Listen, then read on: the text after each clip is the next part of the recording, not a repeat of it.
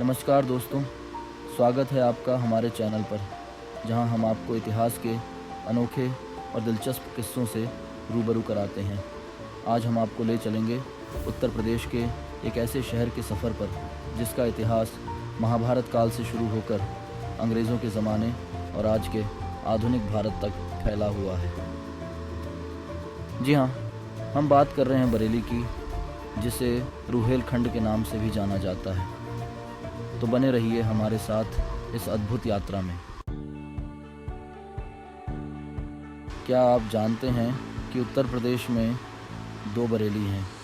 एक लखनऊ के पास स्थित राय बरेली और दूसरा दिल्ली से लगभग 250 किलोमीटर दूर और लखनऊ से भी लगभग उतनी ही दूरी पर हमारा आज का नायक बरेली। तो चलिए जानते हैं इस बरेली का अद्भुत इतिहास। बरेली का इतिहास उतना ही पुराना है जितना महाभारत काल। उस समय इस क्षेत्र को पांचाल राज्य के नाम से जाना जाता था। क्या आप जानते हैं कि द्रौपदी, जो महाभारत की एक महत्वपूर्ण पात्र थीं, वो पांचाल राज्य की राजकुमारी थी। उनके पिता राजा द्रुपद इसी राज्य के राजा थे। इतिहासकारों के अनुसार बरेली ज़िले की आंवला तहसील का रामनगर गांव कभी पांचाल राज्य की राजधानी हुआ करता था। महाभारत काल के बाद बरेली कई प्रमुख राजवंशों का हिस्सा रहा, जैसे गुप्त वंश, नंद वंश और पुष्यभूति वंश।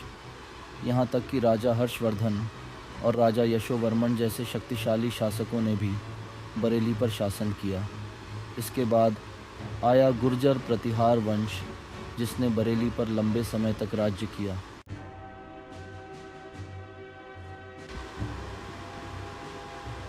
बारहवीं शताब्दी तक बरेली और इसके आसपास के इलाके घने जंगलों से ढके हुए थे, जहां जंगली जानवरों की भरमार थी।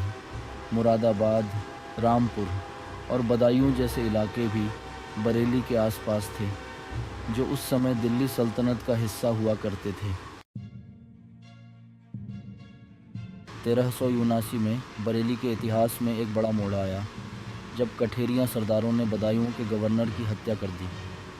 इसके बाद दिल्ली के सुल्तान फिरोज शाह तुगलक ने कठेरिया सरदारों के इलाकों पर आक्रमण किया। इसी के दौरान जगत सिंह कठेरिया ने बरेली में एक मोहल्ला बसाया, जिसे आज जगतपुर के नाम से जाना जाता है। जगत सिंह के 2 पुत्र बांसदेव और बरलदेव ने मिलकर एक शहर बसाया, जिसे बांस बरेली के नाम से जाना गया, और इसी बांस बरेली ने आज के बरेली की नींव रखी। मुग़ल काल के दौरान बरेली का महत्व और भी बढ़ गया। शाहजहां ने इसे हेडक्वार्टर का दर्जा दिया और माणिक चंद को बरेली का गवर्नर नियुक्त किया। उनके बेटे मकरंद राय ने बरेली को आधुनिक रूप दिया, किला मोहल्ला, आलमगिरीगंज और जामा मस्जिद का निर्माण कराया। 18वीं शताब्दी में अफ़गान सैनिकों के बसने से बरेली का एक नया अध्याय शुरू हुआ। ये सैनिक रोहिला कहलाते थे और इन्हीं के कारण बरेली का क्षेत्र रुहेलखंड के नाम से जाना जाने लगा।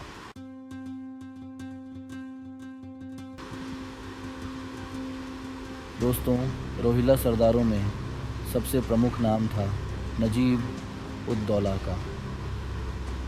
उन्होंने अहमद शाह अब्दाली का साथ देकर मराठों के खिलाफ पानीपत की तीसरी लड़ाई लड़ी थी, लेकिन आगे चलकर रोहिलखंड को अंग्रेज़ों के अधीन कर दिया गया। 1857 की क्रांति के दौरान बरेली ने अंग्रेज़ों से बगावत की और 1 साल के लिए आज़ाद हो गया। इस क्रांति का नेतृत्व किया खान बहादुर खान ने, जिन्होंने रुहेलखंड से अंग्रेज़ों को खदेड़ दिया। लेकिन 1856 में अंग्रेज़ों ने फिर से कब्ज़ा कर लिया और खान बहादुर को गिरफ्तार कर फांसी दे दी गई।